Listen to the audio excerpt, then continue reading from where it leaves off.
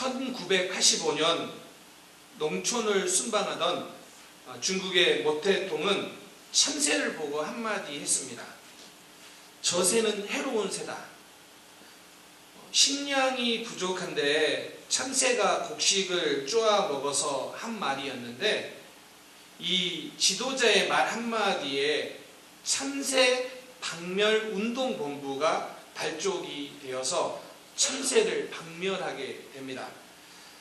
참새 박멸 운동본부는 지도자가 듣고 싶은 통계를 가지고 보고를 했습니다.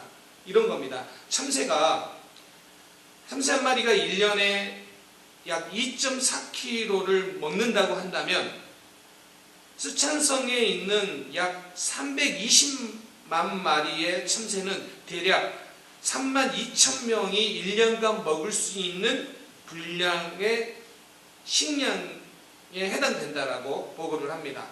그러자 이 지도자가 확신을 갖게 됩니다.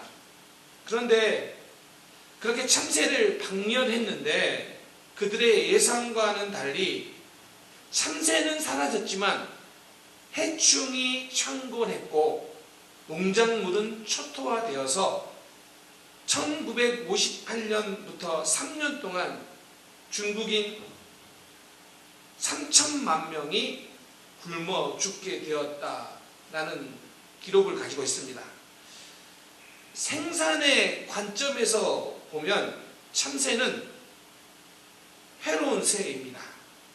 하지만 참새가 해조처럼 보이지만 그 실상은 오히려 공동체를 살리는 복조입니다. 성경은 참새 한 마리도 하나님의 허락 없이는 땅에 떨어지지 않는다라고 이야기합니다. 마태복음 10장 29절. 참새 2마리가 한 아사리온에 팔리지 않느냐? 그러나 너희 아버지께서 허락하지 아니하시면 그 하나도 땅에 떨어지지 아니하리라. 자, 우리는 우리의 생각을 가지고 이것은 유익하고 혹 이것은 유익하지 못한다 라는 판단을 합니다. 그런데 때로는 그 판단에 위험성이 있다라는 것입니다. 오늘 본문은 지난주에 이어서 여호수아가 이스라엘의 지도자가 된 후에 첫 번째로 내린 명령입니다. 이제 요단강을 건너고 가나안 땅 정복을 해야 되는데 첫 번째 명령, 그 명령이 무엇일까요? 어떤 명령이 가장 합리적이고 어떤 명령이 가장 유익한 명령일까요? 우리는 그렇게 생각해 볼 수 있습니다. 자, 그런데 오늘 여호수아가 내린 명령을 이렇게 볼 수 있습니다. 1장 1절에서 하나님께서 여호수아에게 말씀하십니다. 그리고 그 내용이 2절부터 9절까지입니다. 그리고 9절에서 이렇게 이야기합니다. 내가 내게 명령한 것이 아니냐? 강하고 담대하라. 두려워하지 말며 놀라지 말라. 내가 어디로 가든지 내 하나님 여호와가 너와 함께 하시니라. 이렇게 9절 말씀을 하신 후에, 자, 오늘 본문이죠. 이에 여호수아가, 자, 10절은 이에 여호수아가로 시작을 합니다. 무슨 뜻일까요? 하나님이 말씀하셨는데 그 말씀을 여호수아가 순종했다. 그래서 이에 그 말씀을 듣고 여호수아가 순종을 하여 이스라엘 백성들에게 명령을 내립니다. 자, 그러면 여호수아가 이스라엘 백성들에게 명령을 내리는데 그 명령은 어떤 것이었고 그 명령의 의미는 무엇이었을까요? 여러분, 오늘 이 명령을 통하여 우리에게 하나님께서 주시는 말씀, 우리 공동체에게 주시는 말씀을 듣기를 원합니다. 첫 번째는 우리에게는 가슴 뛰는 부르심이 있다라는 사실입니다. 자, 첫 번째 명령이 무엇이었냐면 3일 안에 요단강을 건널 것이니 양식을 준비하라는 것입니다. 11절. 진중에 두루다니며 그 백성에게 명령하여 이르기를 양식을 준비하라. 사흘 안에 너희가 이 요단을 건너 너희의 하나님 여호와께서 너희에게 주사 차지하게 하시는 땅을 차지하기 위하여 들어갈 것임이니라 하라.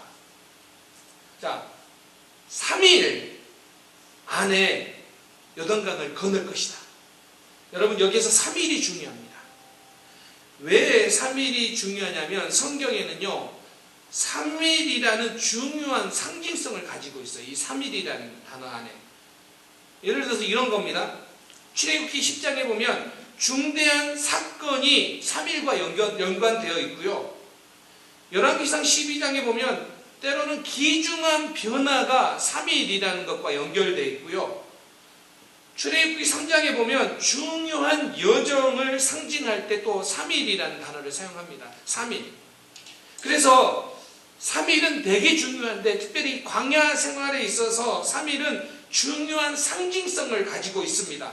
자, 그러면 오늘 본문에서 3일 후에 요단강을 건너겠다라는 것은 지금 이스라엘에게 있어서 역사상 매우 중요한 일이 있을 것이다라는 의미예요. 하나님께서 정말 중요한 일을 이루실 것이다, 하실 것이다, 그 의미를 가지고 있는 게 3일이에요. 자, 그런데 그 3일을 이제 후에 일어날 일들을 위해서 11절에 이렇게 말합니다. 너희가 진중에 두루 다니며 라고 이야기합니다. 자, 오늘 이 11절에서 진중에 두루 다니며 그 백성에게 명령하라라고 합니다. 자, 그런데 여기에서 우리가 중요하게 봐야 될 단어가 두루 다니며 라는 이 단어인데요. 이 단어가 히브리어로 아바르인데 사실은 이 단어는 건너다 혹은 통과하여 지나가다라는 의미를 지닌 단어입니다. 이 아바르라는 단어가 1장 2절에서 요단강을 건너다 할 때 쓴 단어가 이 아바르예요. 자, 그런데 실상은 두루 다니며 라고 할 때 보편적으로 써야 되는 단어는 할라크나 알라크라는 자연스러운 단어가 있는데도 불구하고 오늘 본문에서는 굳이 두루 다니며를 아바르라는 이 단어를 사용합니다. 왜 아바르라는 단어를 사용하냐면 건너는 것, 요단강을 건너는 것, 이 요단강을 건너는 것을 강조하기 위해서 지금 이 단어를 다시 한번 사용하는데 이런 의미예요. 지금 여호수아에게 있어서 이스라엘 백성들에게 있어서 요단을 건너는 일은 매우 중요한 일이고 사명으로 생각하고 있기 때문에 다시 여기에서 그 건너다, 아바르 이 말을 강조하여서 오늘 이 11절에서 다시 한번 사용하고 있다는 것입니다. 무엇을 이야기하고 있냐면 3일 안에 중요한 일이 일어나는데 그 일은 하나님께서 주신 사명이다. 그걸 강조하고 있는 거예요. 첫 번째 명령이 그런 어떤 의미를 가지고 있습니까? 하나님이 우리에게 주시는 중요한 일을 이제 우리가 할 것인데 그 일은 우리의 사명입니다. 이 이야기죠. 지금 새로운 리더로 부름받은 여호수아는 요단강을 건너는 좋은 방법이 어떤 것인지 혹은 요단강을 건너서 전쟁해야 되는데 어떤 전략이 전쟁에서 승리할 것인지에 대한 이야기가 아니라 이 일은 우리의 사명이다. 그 사명을 강조하고 있는 거예요. 자, 여러분 이 땅을 살아가는 우리에게도 동일합니다. 우리 모두는 사명이 있습니다. 이 사명을 인식하며 살아가는 것이 너무너무 중요합니다. 여러분 보십시오. 골든 맥도날드 목사님이 쓴 내면 세계의 질서와 영적 성장이라는 책에 보면 이런 말이 있어요. 두 가지 인생이 있다는 거예요.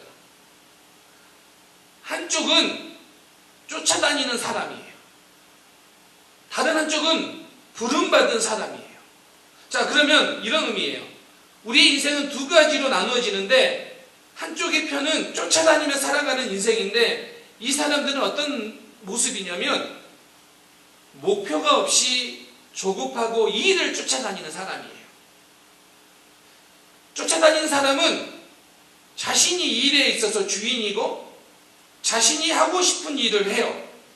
그래서 자기가 필요한 길로 가요. 이게 쫓아다니는 인생이에요.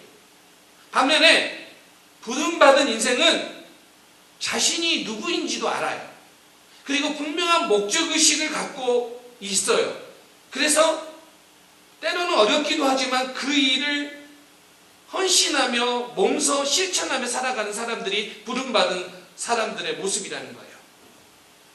이 모습은 사도 바울을 보면 우리는 정말 잘 알 수 있어요. 바울이 자신의 인생을 딱 두 부분으로 설명을 합니다. 예수 믿기 전과 예수 믿은 후의 인생. 그런데 바울이 예수 믿기 전의 인생을 이렇게 표현을 해요. 사도행전 26장 9절에 보면 나도 나사렛 예수의 이름을 대적하여 많은 일을 행하여야 될 줄 스스로 생각하고, 바울이 예수 믿기 전에 그의 삶을 표현한다면 이런 거예요. 스스로 생각하여 옳다고 생각되는 대로 행동한 게 사도 바울의 인생이었다는 거예요. 여러분, 우리도 마찬가지입니다. 때때로 우리도 우리가 생각하기에 옳은 대로 행동하기 쉬워요. 그런데 이 인생이 어떤 인생입니까? 이렇게 계속 살아가다 보면 어떤 일이 일어납니까? 사사시대죠. 사사시대. 자기 소견에 옳은 대로 행하는 시대. 그런데 바울이 다메섹 도상에서 주님을 만난 다음에 주님께 두 가지 질문을 합니다. 사도행전 22장 8절. 내가 대답하되 주님 누구시니이까?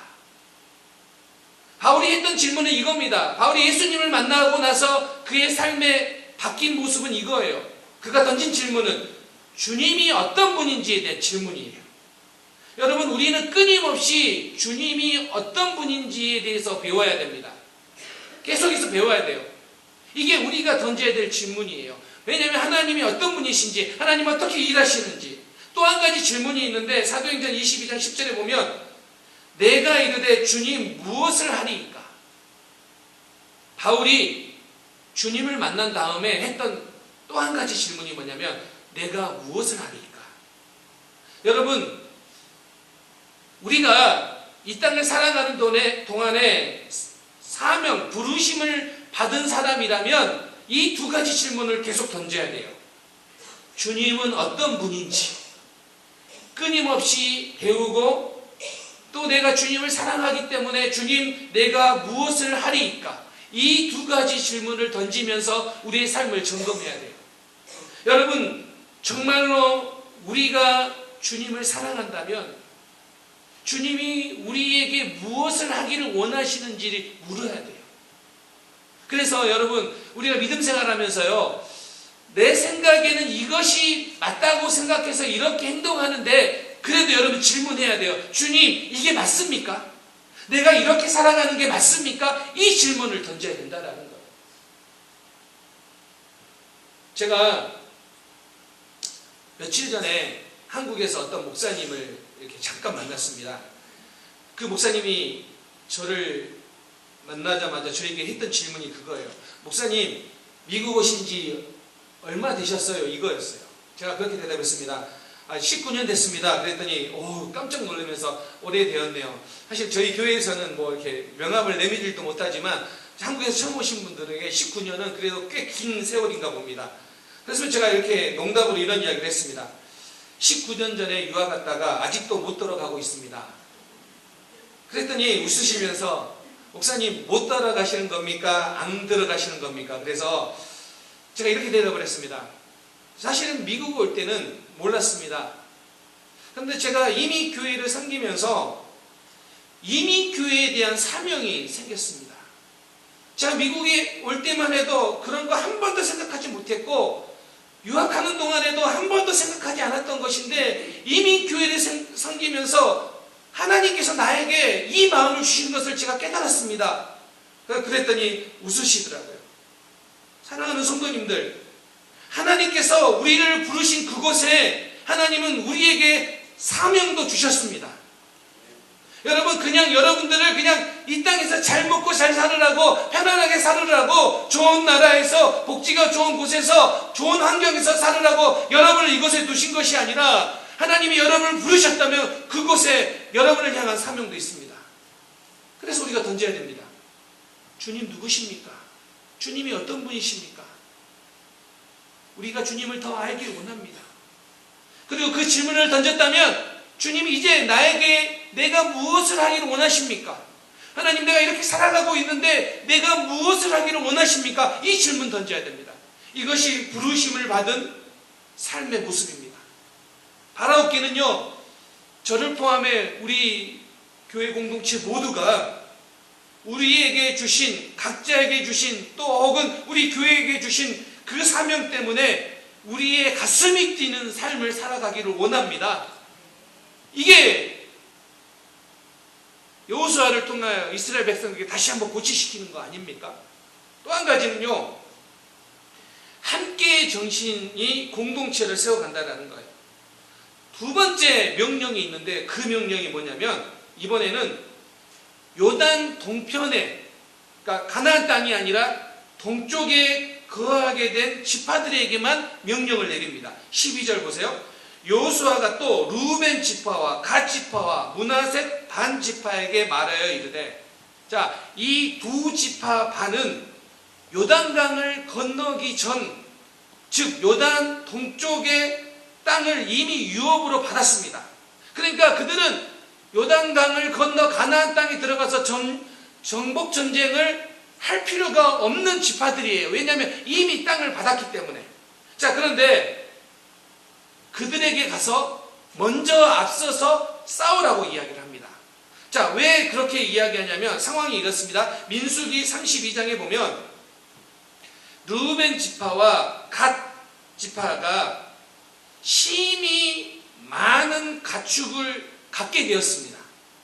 너무 많은 가축을 갖게 된 거예요. 자, 그들이 이스라엘 백성들이 요단 동편에 도착했을 때 그 땅을 보니까 그 땅이 그들이 거주하기에 너무 좋은 땅으로 보입니다. 그래서 모세에게 말을 합니다. 이 땅을 달라고 말을 합니다. 그런데 모세가 난감해합니다. 그러면서 거절합니다. 왜냐하면 그들이 여기에 그냥 정착해버리면 다른 지파도 굳이 요단강을 건너가서 가나안 사람들과 전쟁을 하기를 꺼려할 것 같아서, 그래서 그거에 대해서 염려를 합니다. 그러자 낸 중재안이 뭐냐면, 이 지파들이 정복 전쟁을 할 때 앞서서 싸우겠다라는 중재안을 냅니다. 민수기 32장 17절 18절, 자, 이렇게 말합니다. 우리는 무장하고 이스라엘 자손을 그곳으로 인도하기까지 그들의 앞서서 가고 이스라엘 자손이 각기 기업을 받기까지 우리는 집으로 돌아오지 아니하게 싸우며. 자, 무슨 이야기입니까? 자기들이 정복전쟁이 마치기까지 앞서서 싸우겠다라는 거예요. 자, 그런데 여러분 생각해 보세요. 시간이 지났습니다. 모세는 죽었습니다.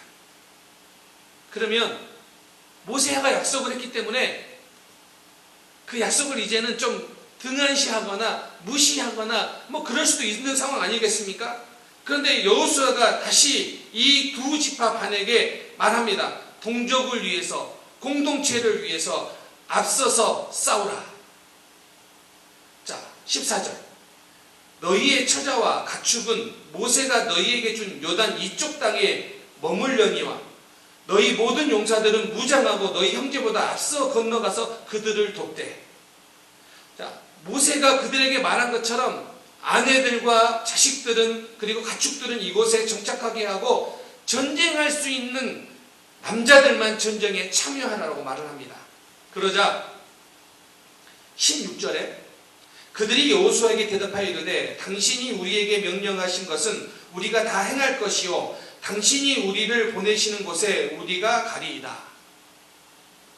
이 두 지파 반에게 한 명령은 강력한 이런 공동체 의식을 가져라, 이거였어요. 이미 땅을 분배받았다고 가나안 정복에 참여하지 않거나 소극적이지 말고, 무관심하지 말고 적극적으로 참여해서 공동체 의식을 가져라, 이겁니다. 그러자 이스라엘 그 모든 백성들이, 그 이야기를 듣던 그 모든 백성들이 순종하겠다라고 다짐을 합니다. 그런데요, 16절, 17절, 18절 이 세 절에 우리말 성경에서는 잘 보이진 않지만 얼마나 그들이 마음을 다하여 순종하겠다라고 말하는지가 히브리어 언어 성경을 보면은 모든이라는 히브리어 콜이라는 이 단어가 5번을 통해 강하게 강조됩니다. 잘 들어보십시오. 16절. 당신이 우리에게 명령하신 것은 우리가 다, 이게 다 모든이라는 뜻이에요. 여기가 콜이라는 단어를 썼어요. 우리가 다 콜 행할 것이요. 당신이 우리를 보내시는 곳, 이 곳이 모든 곳, 어디든지 모든 곳에 콜, 어디나 우리가 가리이다. 17절. 우리는 범사에 이 단어도 콜이에요. 모세에게 순종한 것 같이 당신에게 순종하려니와 오직 당신의 하나님 여호와께서 모세와 함께 계시던 같이 당신과 함께 계시기를 원하나이다. 18절. 누구든지, 이 누구든지도 콜이에요. 당신의 명령을 거역하면 무릇, 이 단어도 콜이에요. 당신의 말씀을 순종하지 않으냐는 자는 죽임을 당하리니 오직 강하고 담대하소서.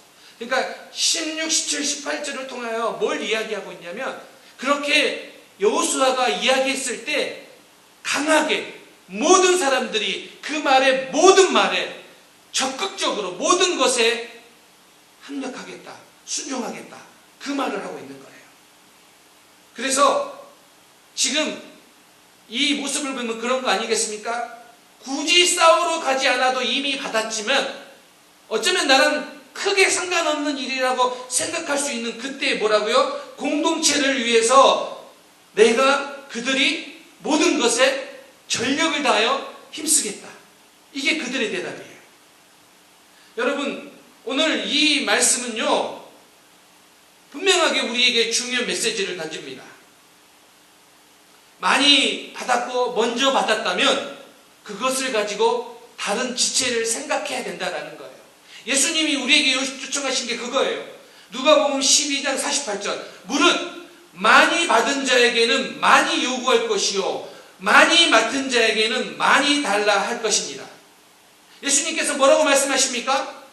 너희가 많이 받았느냐? 그러면 많이 요구하겠다는 거예요. 여러분들이 물질을 많이 받았습니까? 하나님께서 여러분에게 많이 요구하시겠다라는 거예요. 여러분 가운데 자녀들이 잘 되고 있습니까? 다른 자녀들보다 더 많은 부러움을 살 만한 일들을 여러분의 자녀들이 자녀들이 가지고 있습니까? 그렇다면 주변에 혹 자녀들 때문에 힘들어하고 어려운 사람이 있다면 그들의 손을 잡아주고 그들을 위해 기도해 주라는 거예요. 왜요? 많이 받았으니까 많이 요구하신다는 거예요. 교회도 마찬가지입니다. 여러분들이 교회를 더 오래 다니셨고 여러분들이 더 믿음의 성숙함이 있습니까? 그러면 더 많이 요구하시겠다고요.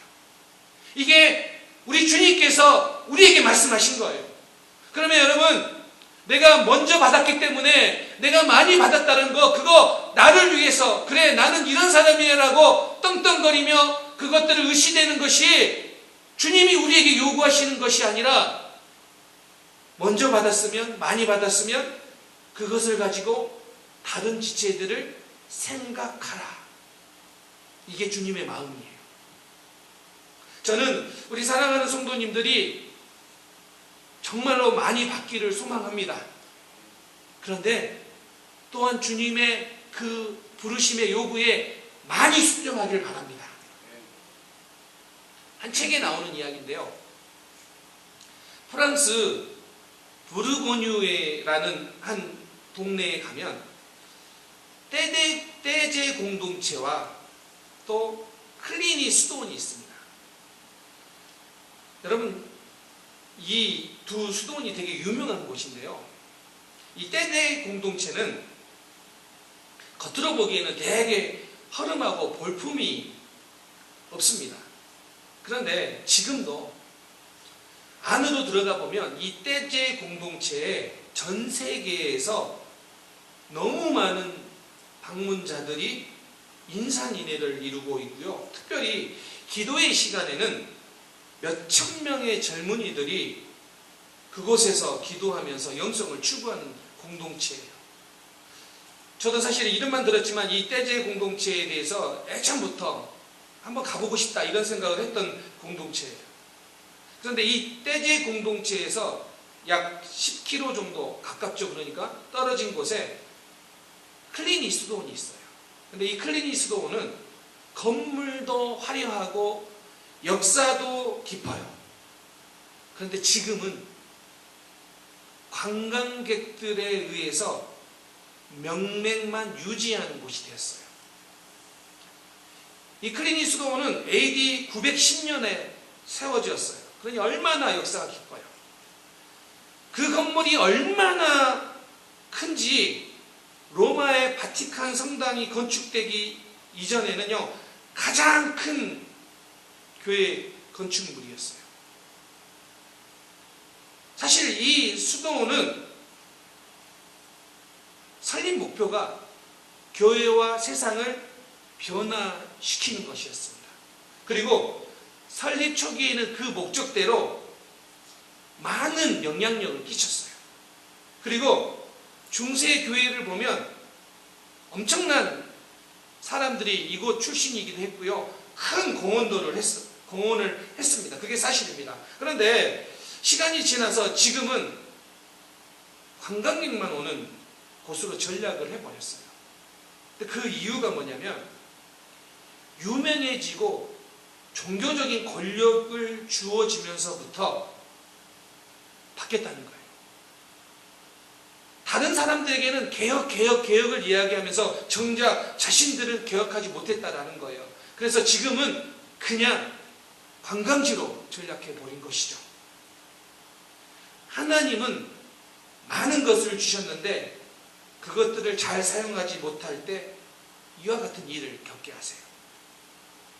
하나님께서 많이 주셨다면 그 주신 것을 가지고 지체들을 바라보고 지체들을 섬기고 지체들과 함께 하나님의 일을 감당하는 것이 바로 공동체예요.